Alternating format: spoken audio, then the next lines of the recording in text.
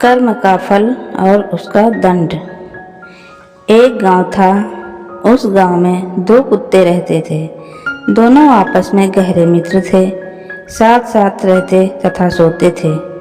उनमें से एक कुत्ता काला था तो उसका नाम कालू था।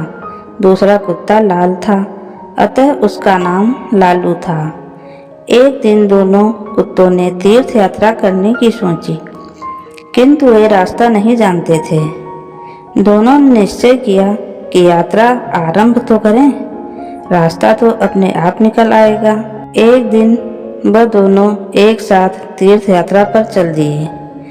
चलते चलते रात हो गई। वह दोनों एक पेड़ के नीचे सो गए। थके होने के कारण उन्हें नींद आ गई। सुबह होने पर फिर अपनी यात्रा पर चल पड़े। एक गांव के पास पहुंचने पर उन्हें भूख लग गई। वहां उन्हें कुछ चूहे दिखाई दिए। लालू की पूंछ खड़ी हो गई। वह कालू से बोला, क्यों गंडक जी, आप फरमाओ तो मैं इन 2-4 चूहों की चटनी बना डालूं। कालू ने गर्दन हिलाकर कहा, नहीं भाई लालू जी, हम तीर्थ यात्रा पर निकले हैं और तीर्थ यात्रा में किसी की हत्या करना पाप होता है। तो आप कोई दूसरा उपाय खोजो जिससे कोई जीव की हत्या न हो तथा हमें मांस भी न खाना पड़े। दोनों कुत्ते एक दोराहे पर रुके। वहां पर एक मंदिर था। कुछ देर सुस्ताने के पश्चात दोनों ने फैसला किया कि अलग अलग दिशा की ओर चलना चाहिए। जिसको जो मिलेगा खा लेंगे। एक साथ चलते तो दोनों में से किसी का भी पेट नहीं भरेगा। दोनों कुत्ते अलग अलग दिशा में चल पड़े। चलने से पहले उन्होंने तय कर लिया कि वे वापस आकर इसी स्थान पर मिलेंगे। लालू कुत्ता चलते चलते एक गांव में पहुंचा। गांव में एक ब्राह्मण रहता था। वह पूजा पाठ करके भोजन करने ही जा रहा था।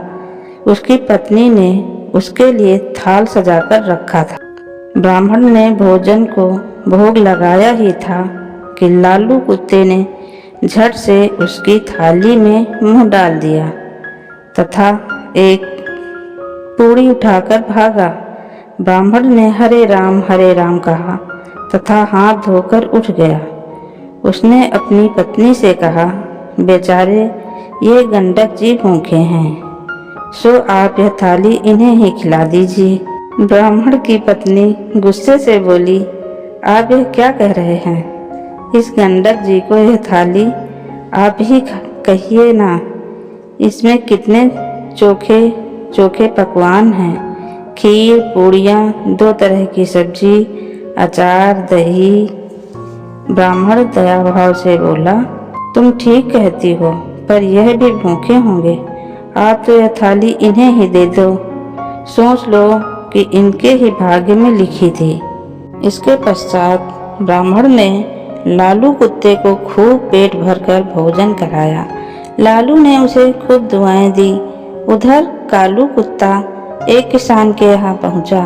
किसान अपने खेत में काम कर रहा था। उसकी पत्नी थाल रखकर गई थी। थाल में बाजरे की रोटियां और साग था। खेत का काम पूरा करके वह थाल खोलकर खाना खाने को तैयार हुआ ही था कि कालू ने तुरंत ही उसके भोजन में मुंह डाला और थोड़ी सी रोटी का टुकड़ा तोड़कर भागा। किसान एकदम गुस्से से भर उठा। उसकी आंखें अंगारों के समान लाल हो गईं, भवें तन गई। उसने अपनी लाठी उठाई। गाली देते हुए उसने लाठी से इतनी जोर से वार किया कि कुत्ते की कमर टूट गई। वो पीड़ा से चिल्लाने लगा। कमर टूट जाने के कारण वह भाग ही नहीं सका। इसी बीच उसकी कमर में 2-4 लाठियां और पड़ गई। कुत्ता अधमरा हो गया। लालू दोराहे पर खा पीकर मस्त पड़ा था। वह आंखें फाड़कर अपने साथी की प्रतीक्षा कर रहा था। उसका साथी उसे कहीं भी नजर नहीं आ रहा था। लाचार तथा उदास होकर वह दोराहे पर बैठ गया। थोड़ी देर बाद उसे कालू नजर आया। वो लपक कर उसकी ओर दौड़ा। उसकी टूटी हुई कमर देखकर वो बहुत दुखी हुआ। पूछने लगा, भाई तुम्हारे साथ ऐसी बात किसने की? कौन निष्ठुर पापी है जिसने रोटी के पीछे तुम्हारी कमर ही तोड़ डाली?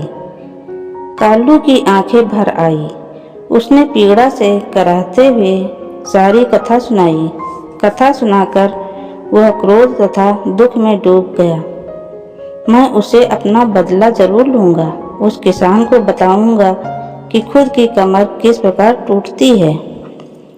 लालू भी कृतज्ञ होकर बोला, मुझे भी उस ब्राह्मण का कर्ज चुकाना है। उसने मुझ पर कितनी कृपा की है। मैं रोम रोम से उसे आशीर्वाद देता हूँ।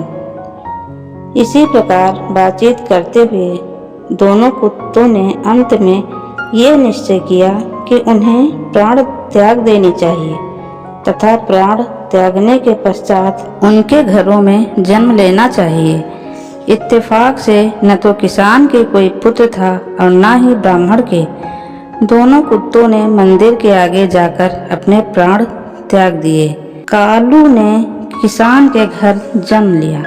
किसान बहुत प्रसन्न हुआ, किंतु उसकी खुशी अगले ही पल विलुप्त हो गई।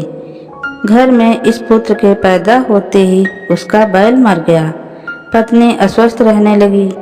पहले जन्मदिन पर किसान के हरे भरे खेतों को जानवर चट कर गए। उधर ब्राह्मण के घर भी बेटा पैदा हुआ। पुत्र के उत्पन्न होते ही राज दरबार में ब्राह्मण की पदवी ऊंची हो गई। ब्राह्मण ने राजा को एक युद्ध में जीत की बात बताई। राजा युद्ध जीत गया। इससे प्रसन्न होकर राजा ने ब्राह्मण को राज पंडित नियुक्त कर दिया। उसे एक महल तथा अपार धन भेंट किया। ब्राह्मण का बेटा बड़ा होता गया। वैसे वैसे वह भी बाप के समान तेजस्वी निकलता गया। उसने छोटी उम्र में सारे शास्त्रों का अध्ययन कर लिया। वह बड़े बड़े पंडितों को शास्त्रार्थ में हरा देता था। इससे ब्राह्मण की कृति में 4 चांद लग गए। धन्यवाद।